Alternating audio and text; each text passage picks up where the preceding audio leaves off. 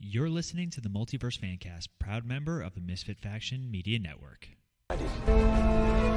All right then, on with the show.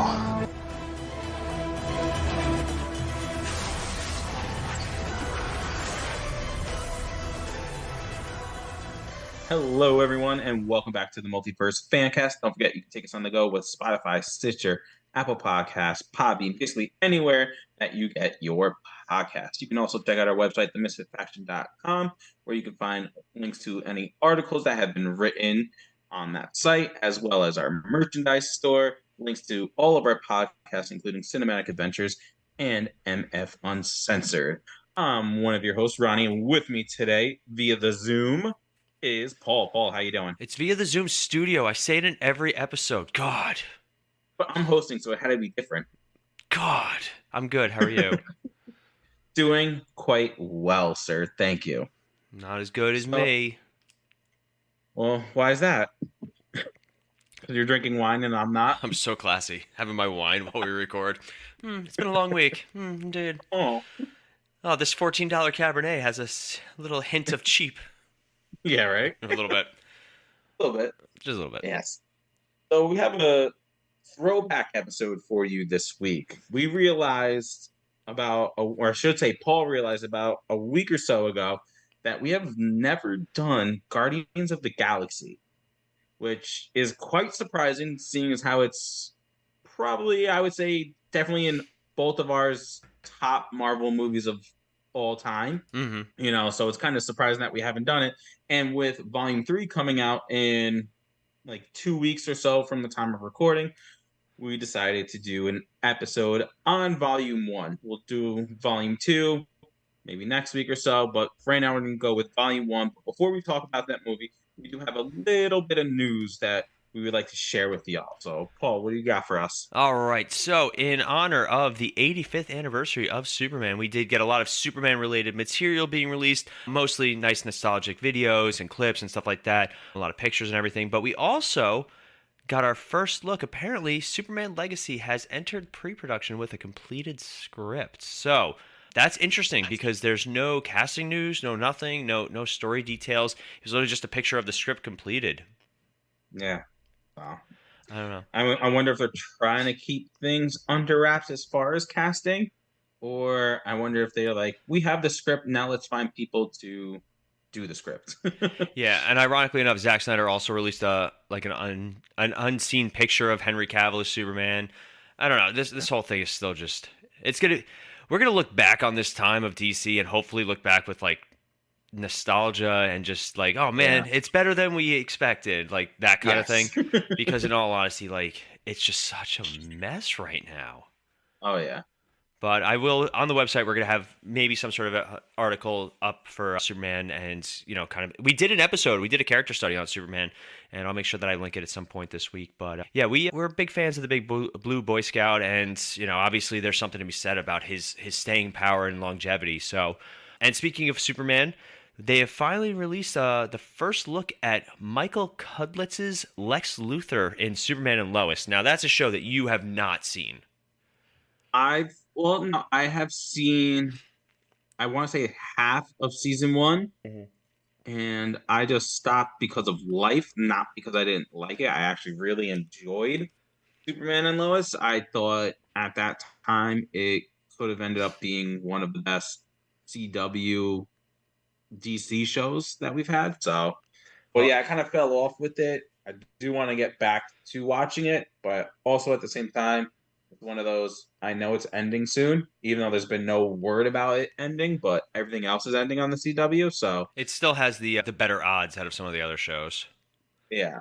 But yeah, like Superman and Lois was a show that I watched the first season, and my wife was going to catch up on season 1 before season 2 started, so I never watched season 2. I saved all of it. Like, it was on my DVR. Yeah. And finally it got to a point where we were doing renovations, and that's one of the reasons that the episodes have been a little spotty, is because we redid the entire podcast studio in addition to the rest of my entire house. So it's been a little hectic. I did finally get the decorations up. I know, Ronnie, I don't think you could see them because they're in the background there. But the shelf of nerdy stuff is back up and all these things. So I'll post a picture once everything's all cleaned up. But so I actually binge watched all of season 2 in that week, and now I'm finally caught up on season 3, and just season 3 has been amazing. So they finally figured out that you could do cool Superman action stuff and also make him a very relatable character in terms of like just being a parent, and it's well done. And this season's even better because of something that they're doing with Lois. I don't want to spoil it for those of you guys who haven't seen it, but yeah, good stuff, man. Good stuff. Also, so I did not pre-frame Ronnie on this one, but this is kind of superhero related news. We talk a little bit about it on Cinematic Adventures, but Power Rangers, Once a Ranger, Once a Ranger, Always a Ranger, the 30th anniversary. They're calling it a movie, but it's really just a long TV episode dropped this week. And I'm going to assume, Ronnie, you haven't seen it. No, I have not. Okay, it's bad. It's really, really bad. Is it like current people, or is it like old footage? It's original Rangers. It's the original blue, the original black, and then it's Rocky the Red Ranger and Kat the Pink Ranger and a new Yellow Ranger and kind of Tommy, Jason, and Kimberly, kind of. But it doesn't make any sense story-wise. It's really like just it's bad. Like it's nostalgic, and there are times that you like chuckle and like, you know, like if you were a Power Rangers kid growing up, it's fun, but the script makes zero sense. And like with only some mild tweaks, like it's just very lazy writing. And then the CGI, they redid the Dinosaurs, like the whole Megazord sequence in CG, and it looks worse. Ooh. It looks worse than 1993 action figures. That's bad. It's really bad. That's really bad. And again, like really the biggest thing is the script makes zero sense. Yeah. But they're kind of superhero related, so I figured I'd bring it up just since we were here. So basically you're telling me to watch it. Yes. Oh my God, watch it. Watch it with something to drink, and just it's on Netflix now. I hope if they do anything more with it, they reconsider it. Do it better? Just get a better script writer. Like it. So here's the best example. It starts off in the present day, like right now, and like Billy and Zach are active Power Rangers with their active Power Ranger powers, even though they established 25 years ago that those powers were gone, and new Power Rangers and like, you know, Zeo was stronger than regular, and Turbo was stronger than Zeo. Like, and then no, we're going to be Dinosaur. It's the 30th anniversary of the beginning of the show, so I get it. Yeah, but and they're all, and I'm not trying to be mean, but they're all old. Like, Zach does hip hop keto in it. That's great. And he announces it first. He goes, "Time for some hip hop keto," and I was like, "Whoa, yes." That's tough. But ironically enough, there are some jokes that really land, and I found myself like laughing. And in like a good way, like as they were meant to. And then it gets dark. Like it addresses the death of Trini. Like she dies in it. You see her die, like murdered. You don't see that in Power Rangers. They're not supposed to show that stuff. Actually, there have been a few times where Power Rangers have actually died. Yeah, interesting stuff. But anyway, so superhero kind of related. Let's see.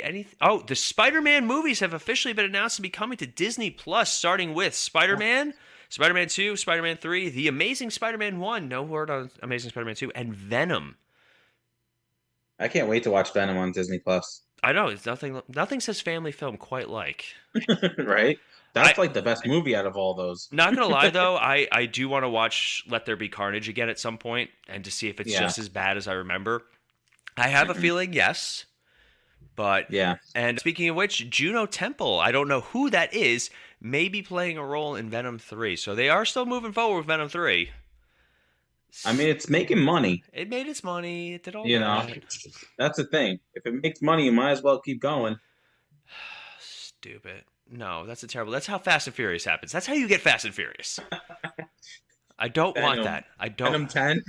Oh my God. Venom 10. Let there be more Venom. No, stop. Please, no. Oh God. And lastly, we have, let's see, the Russo brothers are expressing interest in helming a Batman movie for DC Studios. I would love to see the Russo brothers do a Batman film. Yeah. I think they do a really good job. You know, that's some fan casting. I think that would be really good. But you know what would be really good? The Duffer brothers doing a Titans movie. Ooh. You're welcome. Pitched it here for the first time ever. Multiverse Fancast. If that happens, you better be getting a check. Dude, I'll just be getting a high five at least. That's all I need. Right? Take a nice crisp high five. I'll take a crisp high five always. Yeah. And that's why that's why doing the Zoom studio sometimes sucks because I'm that was me. That was me doing Each other. It doesn't count. No. Wait, what if we hit the screen? Does that count? No, I'm afraid I'll break something. Everything's still kind of frazzled around here. Yeah. But yeah, that's all the biggest news. There's some Star Wars news, but we're going to be saving that for Cinematic Adventures because it's Star Wars month coming up. Yeah. Yeah, man. Almost there. Almost there. Like, we're running out of time. Yeah. Yeah. Well, about a month or so from time of recording, it's going to be Star Wars month. No, it starts next week. Sorry, a week. That's Yeah. what I meant to say. With The Force Awakens. Yeah. Woo! We're going to run out of Star Wars month stuff. All right, but yeah, that's all the news. That's all the news. All right. Well, thank you for that, sir. Oh, you're welcome. Like I said, we are going to be talking about Guardians Volume 1. So what we're going to do is like our typical kind of retro review. We're not going to go too much into the plot because, again, this movie is about 9 years old or so. I mean, I know 2014 it came out. Yeah, 9 years. So it's pretty old. We've had the Guardians for almost 10 years. That's wild. Yeah. So if you haven't seen this movie, this whole episode is going to be a spoiler episode, basically. So it's probably on TBS right now. Yeah, probably. But yeah, so basically what we do is we're going to run down kind of our cast list and just briefly talk about their characters, what we liked about them in the movie, and then kind of we'll take a little break after that. But arguably the biggest star to come from this is Chris Pratt. Are we gonna do initial thoughts first? Or are you gonna do cast first? We could do initial thoughts if you want. Yeah. We were gonna do it. We take notes beforehand. This is why we can't. So excited. This is why people quit the show. Ooh.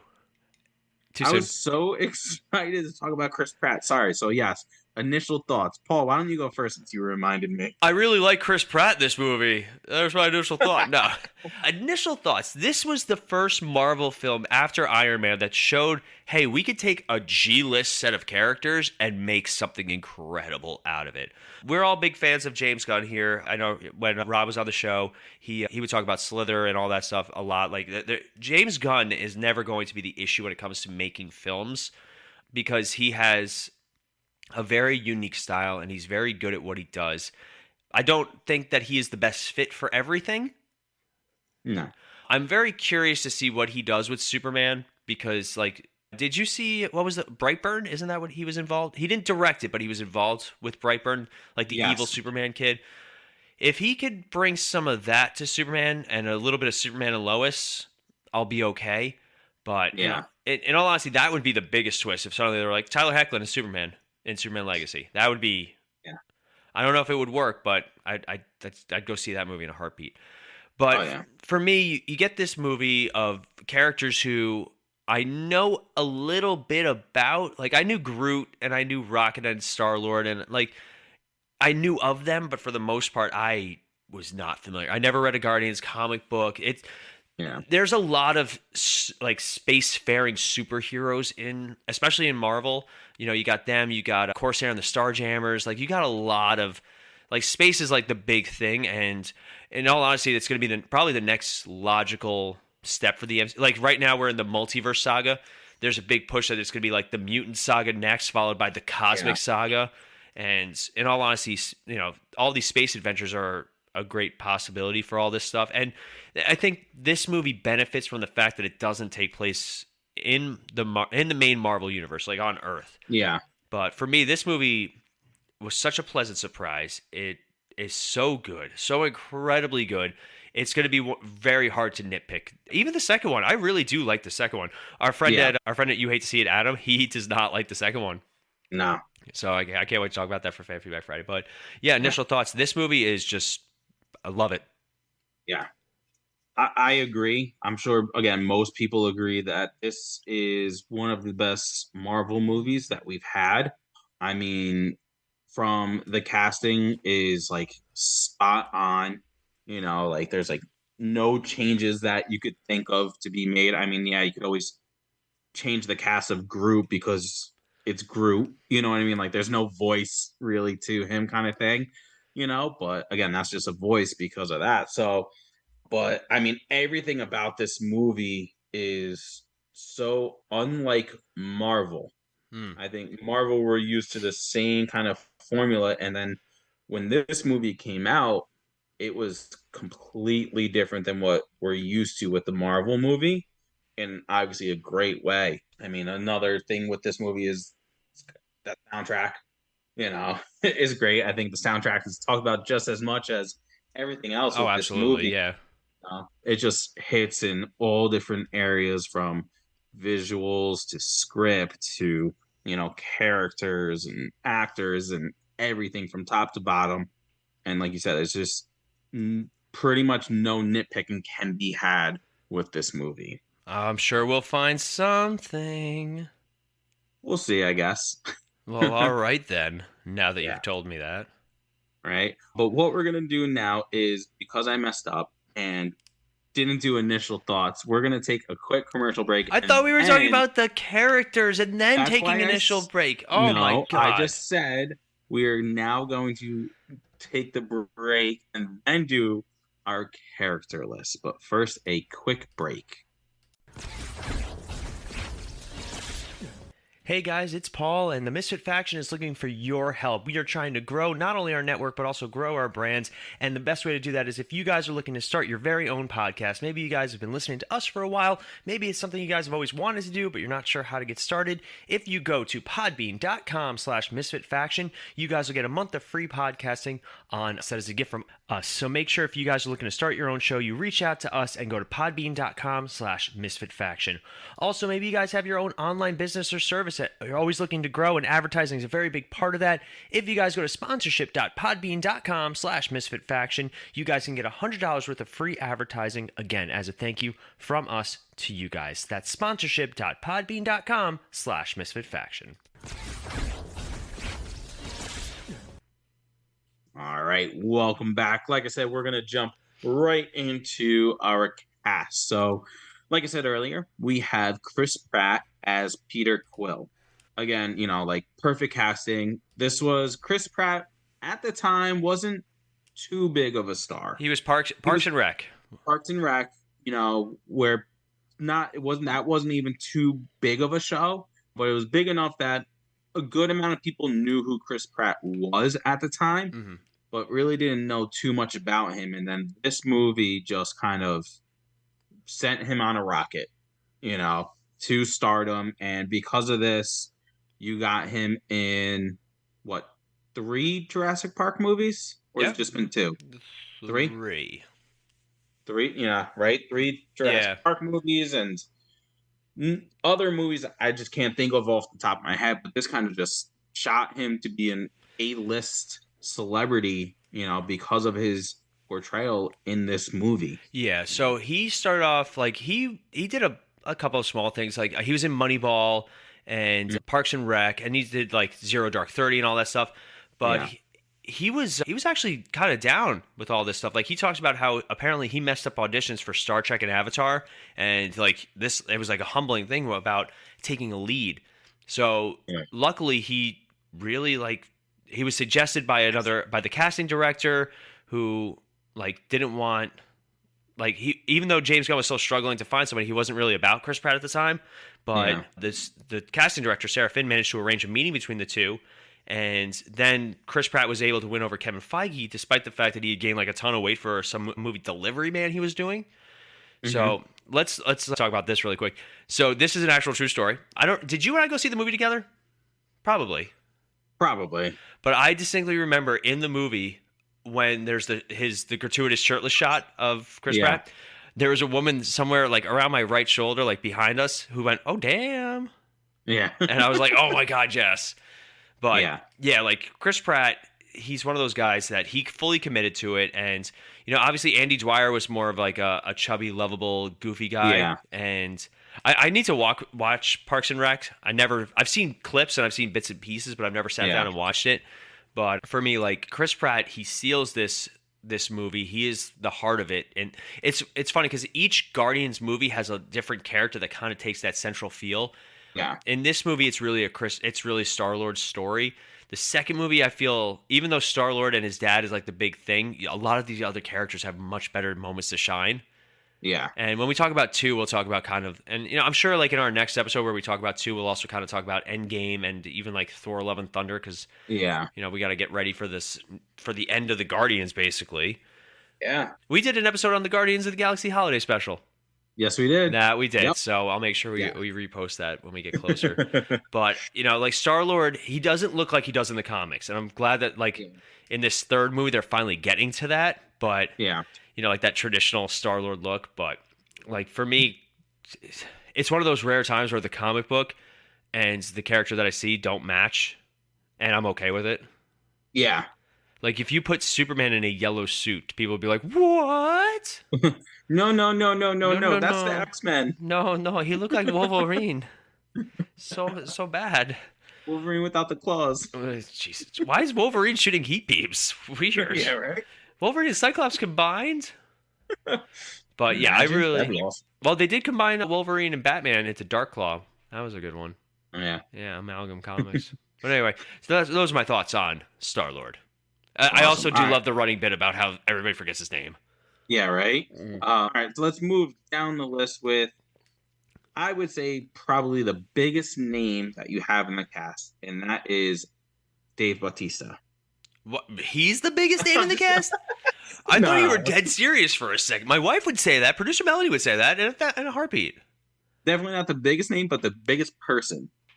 I don't know. Is he? Yeah, he's bigger than Vin Diesel. I think he's bigger than Vin Diesel. Yeah. But no, that was a joke. But we'll stick with Dave Bautista as Drax, who I know I was reading something about Dave Bautista, and he actually was super excited that he actually got this role, that he started to cry because he wanted it that bad, and he was finally in a Marvel movie, and he was working with an acting coach to help him get this role. And I haven't really seen too much stuff with Dave Bautista. I know he's been in a few like made like straight to DVD type stuff. Straight to DVD type stuff, and like a lot of like war fighting type of movies. Yeah. Like nothing as, I would say, like funny yet serious at the same time. But I mean, he pulls it off. He does a good job. Yeah, for again someone that really isn't an actor per se. I mean, he did wrestle, which is acting, but still. But yeah, I mean, Drax is one of those characters that in this movie he's there to have you like laugh at him with like all the jokes going over his head, and like him not understanding sarcasm. It's almost like he's like the person you laugh at in this movie. My problem with Drax, and we'll talk about it a little bit more when we get to the second one, is he is one of those characters that changes so dramatically between films. Yeah. Like Drax in Volume 1 versus Drax in Volume 2 are completely different. Like it's almost jarring at points. Yeah. Where like he's actively making jokes in the second one. And maybe like it's a comfort thing, it's this, or it's maybe like they finally realized that Dave Bautista has some decent comedic timing. But in all honesty, it's one of my few gripes about this franchise where Drax goes to the goofy side, and much like Thor, just too much. And yes, I like him more in this first one because, in all honesty, we have funny. Yeah. Every character in Marvel does not need to be funny. No. Star-Lord is funny. Groot. Oh my God. Groot. Rocket and Groot. That's their ship name. I don't know if you guys knew. That's what I ship the two of them. But Rocket and Groot are funny together. Like they're a comedic duo, unintentionally half the time. Then you have Gamora, who's dry, in all honesty, very dry way. And then you have Drax, who's funny for the sake of just being a little bit more ignorant. And I thought it worked because everybody kind of had their own role. And in the second movie, that starts to go a little bit. Yeah. Again, you don't need to make that's Marvel. That's a Marvel issue where everybody has to be funny and quippy. Even like Captain America, by the end of it, like he's making jokes and he's quipping, and we laughed and we enjoyed it. That's America's ass. We all love it, but sometimes it gets too far with Marvel. When you have a serious, quote unquote serious character, you don't want them to be funny. You know, maybe throw like a one-liner in a movie, not throw, 10 one-liners in a Right. movie like they did. Again, we're kind of getting ahead of ourselves, but with Drax in, Volume 2. It's like in the Suicide Squad where like Bloodsport's like he does exactly what I do, Yeah. but better. Yeah. But fun fact, Drax in the comics is drastically different. In the comics, he was actually a regular human who was like kidnapped and changed to kill. He was genetically engineered to kill Thanos. That was his. Yeah. But he was like a normal dude first, and he was green in the comics. And they changed it so he did not look like the Hulk. They didn't want people getting confused because that was the biggest issue. He was like a little like grayish green in the movies. Yeah, with the red tattoos. Apparently his what's it called? His makeup took about 9. What is it? What did I just say? I just saw it too. It took about 4 hours to put on and about 90 minutes to remove. And that's another reason why he does not want to do this anymore. Yeah. Yeah, like it's just at this point he's just like I'm so tired. Yeah. Makeup's no joke. I gotta come on set 4 hours early. Yeah, I mean, like we joke that like actors get paid millions and millions of dollars, but for the most part, a lot of them are working like 16-hour days to begin with. And imagine waking up 2:00 in the morning to go sit in a chair for 4 hours. I think by like the next movie they got it a little bit easier. Yeah, but so. Kudos to both him and probably the next person we're going to talk about for sitting in that makeup chair for so long. I'm guessing the next person is Zoe Saldana. I don't know. You're hosting. I'm just trying to tee you up. Well, you try to tee me up with the makeup thing. Well, apparently a script doesn't work or pre-planned notes doesn't work, so I might as well just throw it out there. I was waiting for you to be like, oh, John C. Reilly? He didn't wear any makeup in this. Yeah, right? He just wore a helmet. But, all right, so Zoe Saldana as Gamora. Is that who you were thinking of? Yes. Oh, I'm always thinking about Zoe Saldana. Don't tell producer Melody. Yeah. Again, I feel like a lot of her roles in movies are like that badass chick. Oh my God. Like The Losers and just like, and this was also her before she was huge. Yeah. So, basically we have, Gamora, who is this badass who essentially in the movie is like, trying to get back at like daddy, has daddy issues, more like reverse Stockholm syndrome. Let's be real. But I mean, again, with this cast, like it's hard to say bad things about. Zoe Saldana does a great job. Like you said, she's got like kind of like a no sense of humor to like a dry humor at certain times. She's kind of like the level-headed one in a sense with this group, because obviously you got Groot who doesn't talk, Rocket who's just like, yo, let me steal stuff, and she's kind of like the one like, no, we have to stay on track, we got to complete our mission, we got to go from A to B with no detours or anything. It's funny because like at this point, first of all, she was in Crossroads with Britney Spears. Let's just start there. Let's just talk about it. And I always forget she was in the first Pirates of the Caribbean. That is right, yeah. Oh, because I'm lying? Did you think I was lying? No, I for a second I was like she was, and then I was like, yep. She plays the one. If you worse luck not to let her on there, but then you have she'd already done Star Trek at this point. She had already done Avatar, The Losers, Death at a Funeral, Columbiana, Star Trek Into Darkness. Like she had some of her bigger roles already behind her before she even took this role. And then it's funny, she started to slow down after this role. She did Guardians in 2014. She did The Book of Life, Nina, Star Trek Behind, Live by Night, Guardians 2, and then like a couple of other non-Marvel things, but that's about it. Yeah. I do really like Zoe Saldana. I think she's such a great actress, and she seems like just a cool person, like somebody to just like hang out with. Yeah. And again, I'm a big fan of The Losers. I'll never not watch that movie 100%. If it's ever. Yeah, oh God. We did an episode on The Losers. That was a fun one. Yeah, we did, yeah. All right, who's up next? All right. Up next, let's go with a voice. We'll go with Vin Diesel. I wasn't sure. I was like, we have two. I know. Actually, scratch that. We have two. We have three, including a special cameo at the end. Yes, but who did you say, Mr. Vincent? Yeah, Vincent as we call him. Yeah, Vincent. Yeah. Vincent Diesel. Vincent Diesel, who voiced Groot. Again, there's nothing that you can really say, because again, it's just a voice. But I think Groot kind of turned into a lot of people's like favorite character. He was a fan favorite, and he still is. Yes. Even though technically, I know it's a new Groot was born. Yeah. But yeah, he steals the show in every scene that's focused on Groot. He is the one that's making everybody laugh. Like whether it's like him in the background taking the battery when Rocket's explaining the very intricate plan, and the alarm goes off, and he's like, "I got it." Or the scene where he like skewers all the guys and he's like whipping them back and forth, and he turns around, and he's just like, "Yay, yay!" Yep. And of course, he's the one Guardian that dies in this. Yeah. And the We Are Groot is still like right in the feels. That hits you. And you got to give Vin Diesel kudos at least to the point where he made more money than anybody for saying 3 words, but he did do the dub in almost every single language. He learned how to say "I am Groot" in all the different languages, which is cool, and I respect stuff like that. Yeah, and the thing too is like with the voice, it wasn't just "I am Groot, I am Groot." Like different situations, he had a different tone for. Like he made it a little funny, a little more serious.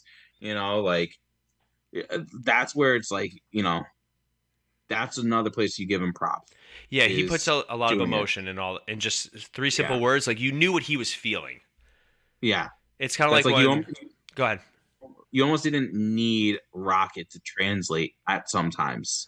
Like you're like, I can kind of get what he's saying by saying "I am Groot" for the 88th time. Well, Groot is an elective in Asgardian elementary school.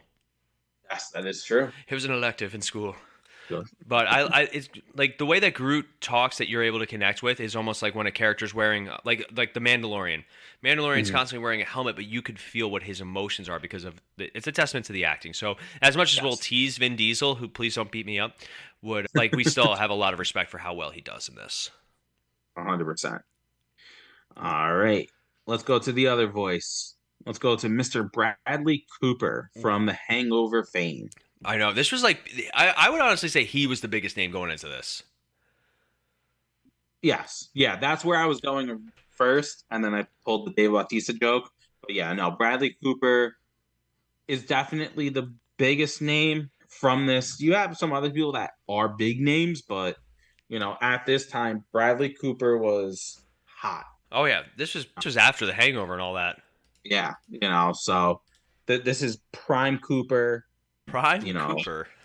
You like that? No, Prime Cooper was hanging with Mr. Cooper, all right?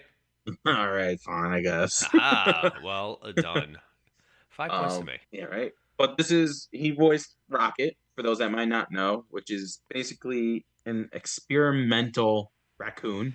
Who looks like he's going to be the star of this next one. Yes, seems I am excited for because like we said earlier, like every volume has had a different star and then like a sub star, and I feel like Rocket kind of never really has his time to shine enough. All the other characters have had their time to shine multiple times. We'll be able to see a little bit more about who Rocket actually is. I'm excited to see because Bradley Cooper does a great job bringing Rocket to life, and and obviously it's even funnier is it's Sean Gunn doing like all the motion capture, but it's really like he doesn't put on like a silly voice or he doesn't do anything like that. He just uses what he has, and he does a really good job. And I hope Rocket doesn't die. I guess we'll find out in a couple weeks. Oh God, I can't handle this. And when we get closer, we'll obviously kind of put bets on who we think is going to survive. But that's the main Guardians. Do you want to talk about some of the minor characters in this? There's not a whole lot. Yeah, not a whole lot. You have kind of like your big bad. You have Ronan. I wouldn't even call him. He's one of the most boring villains in the entire Marvel franchise. Yes, that's blue. That's probably the only bad thing about this movie. Yeah, and they try and bring him back for Captain Marvel. And he's just as bad. Yeah. But Ronan is played by Lee Pace. And I like Lee Pace. Yeah. Yeah. I don't know him personally. But yeah, he's there. He does the job of a big bad, but at the same time, he's more of just like the bad guy. I wouldn't even say like the big bad because we all after this, we kind of come to find out that, strings are being pulled behind scenes, yeah, that's pretty much it about Ronan. Nothing too good. A lot of negative with him. And it's funny, and I think maybe we'll save these next two characters for the next movie because they get more time to shine.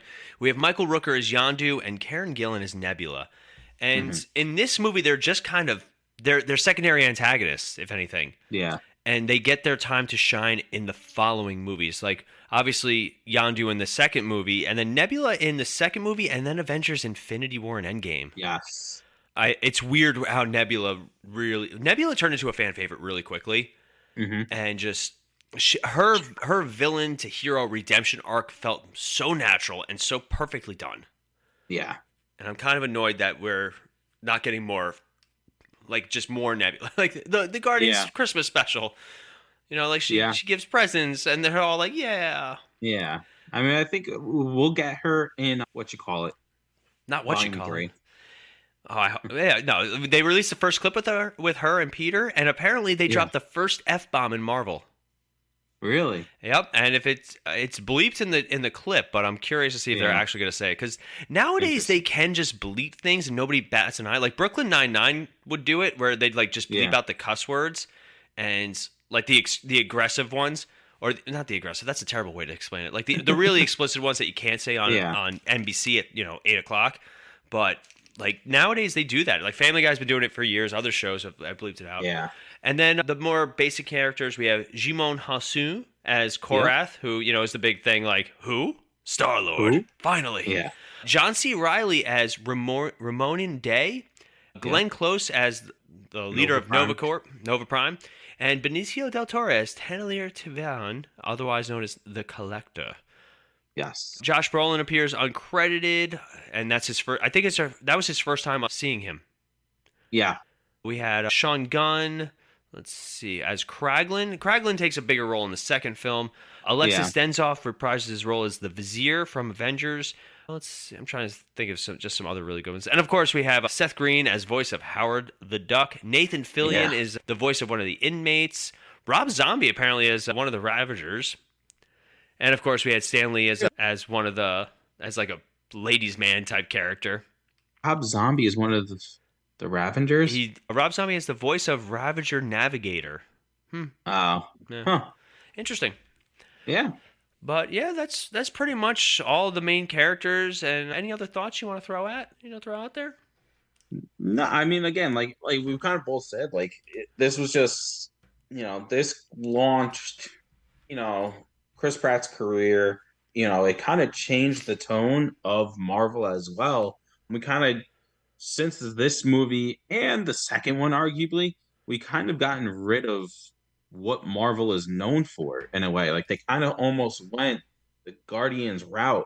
And you kind of see that in Love and Thunder, and a couple of other movies too, where they're like, whoa, Guardians is a big success. Let's keep kind of this formula. When we can formula, Wine. So, any final thoughts for you? No, I think you kind of nailed it. Like it's funny. Most of the characters are excessively the same, which is nice actually at certain points. Yeah. I'm curious to see what they're going to do with Gamora in this new movie, because she's technically 2012 Gamora or whatever they, Marvel timeline's weird. But I'm curious to see how that's going to work out. But this movie really set the tone, and it did such a great job. And all these characters, we loved all these characters. There was not a character in this film that we did not like. So my Star City rating is going to be high, just to throw that out there. Well, speaking of Star City rating, 4.5. 4.5. It is a near perfect movie. There's a couple like minor, like there are like one or two things keeping it away from perfect, but I just can't put my finger on them right now. But for me, it is definitely a 4.5. If this movie's on TV, I will throw this movie on and just really enjoy. It's just a good time, and that's all I need. I'm just here for a good time, Exactly. Yeah, I agree. 4.5. It's like you said, it's not a perfect movie. Like we talked about before with Ronan, being a big letdown, and his look and everything just wasn't that good. And like the writing for him too, what wasn't great. even though everything else, all the other writing for every other character was really good, Mm-hmm. this movie, like you said, just at any point I can watch this movie. If I had, to recommend a Marvel movie, this would be one of probably the first three that I say. Oh yeah, You I know, totally agree. between Winter Soldier, this, and I don't know what the third one would be, but these to me are probably like top two Marvel movies we've had. And like I said, in a couple weeks we will be able to kind of come to an end with the Guardians, which is sad because of how Yeah. great this movie is and how I'll say good the second one is.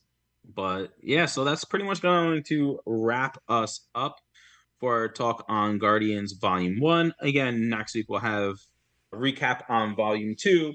However, before we go, We have two. what? We have two fan feedback Fridays. Right? Because we did miss. So look at that. Yeah, You we're guys really are- sorry. We are really sorry about that. We tried. We really Yes. did try, Ron. And we almost recorded on Wednesday, but I'll be honest, I had a terrible day at work, and I got Yeah. home and I was just like, I can't do this. To the point where, Yeah. so for those of you guys who don't know, in my spare time, for some stupid reason, I do some part-time work where Ronnie works. I was there and he was there, and I was so just miserable from my regular work day that I went in, did my thing, and I left without even talking to him. And I thought he hated Yeah. me. I did. You still do. It's fair. All right, so we have two fan feedback Fridays. We'll do the first one first, Paul, because that's how first work. Edit. You could do this, bud. I got this, man. I had a whole glass of wine. One perfect superhero suit and one terrible one. Now, I'm glad I did not specify movie or TV because Yeah. it made it more fun. A perfect one, Superman Kingdom Come. Terrible, Steel, as portrayed by Shaq. A perfect one, Batman's tactical suit in Justice League with Chef's Kiss. And our friend Alex, I completely agree that I think that the Justice League tactical suit gets overlooked because he has a lot of great suits in Snyder. The Batman suits, they're all really good. Yeah. And then worst, Amazing Spider-Man's Goblin and Rhino. I think Rhino we needed to see more, but definitely Goblin. Ugh. Oh, yeah. And then a last perfect would be the Scarlet Spider. I'm going to give 5 points to our friend BlindBat8719 on that one because I do love the Scarlet Spider suit. And then a terrible one would be the Red Sonja suit. Red Sonja. Oh my God. What a throwback. That's great. All right. And then this week we have, in keeping with what we're talking about tonight, how would you rate the first two Guardians of the Galaxy films and why? We have both good. First one better. That's fair. First movie was great. Second movie was good. For both movies, the soundtracks are great, and it was a different enough formula that we usually get from Marvel. And then our friend Adam, first great. Second, trash. All right.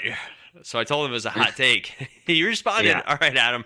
James took everything great from the first movie and heightened it until it became annoying. Drax's entire personality, for example. We also spent a whole movie trying to build a team only for them to completely fall apart 2 months later in timeline. Taika did similar things to Thor 4 after Thor 3, took all the good parts and dialed them to 11, which just makes it awful. We'll agree with the Thor stuff. We definitely said that. We'll discuss this thought, though, on our next episode for Guardians 2. So thanks, Adam. If you guys want to hear more from Adam, check him out. You Hate to See It. Ronnie and I were just on You Hate to See It. So Yes. I think if you subscribe to their Patreon, you can see the entire episode. So make sure you guys do that. I think it's only like $1 a month. But yeah, there you go. Fan Feedback Friday. Done. You're welcome. Awesome. Again, so thank you all for listening. If you would like to participate in Fan Feedback Friday, obviously just check our Facebook on Fridays. Who would have thought? Typically, it gets posted up between 8 and 9 a.m. Eastern Standard Time. Other ways to get in contact with us is either on Instagram or Twitter. Just look up the Misfit Faction and you will find us, or you can obviously look up Multiverse Fancast. And then obviously going on to our website, themisfitfaction.com, where you will get a link to not only the show, but also Cinematic Adventures, as well as MF Uncensored. And you can also find our merch on there and some articles that Paul has written quite a few on. So make sure you check those out. Yep. So in terms of articles, I have my Everything is Hard series, where it's just basically normal things around the world that are just annoyingly difficult, or sometimes a little bit less easy than you'd hope. And then obviously we do the occasional superhero review or TV show review or anything along those lines. Retro reviews are on there too. So make sure. And I'm doing Gotham Knights. Oh my God, I gotta do the most recent episode. Oh, Yeah, it's getting better. Kinda. That's a good. Sucks. It's so bad. I should have done Superman and Lois. What was I thinking? What's wrong with you? Oh, All right, but that. What? I don't know. We'll be back in a flash. Yeah, right. All right, so that's going to wrap us up for today. I'm Ronnie, And I'm Paul. and we'll be back in a flash. See ya.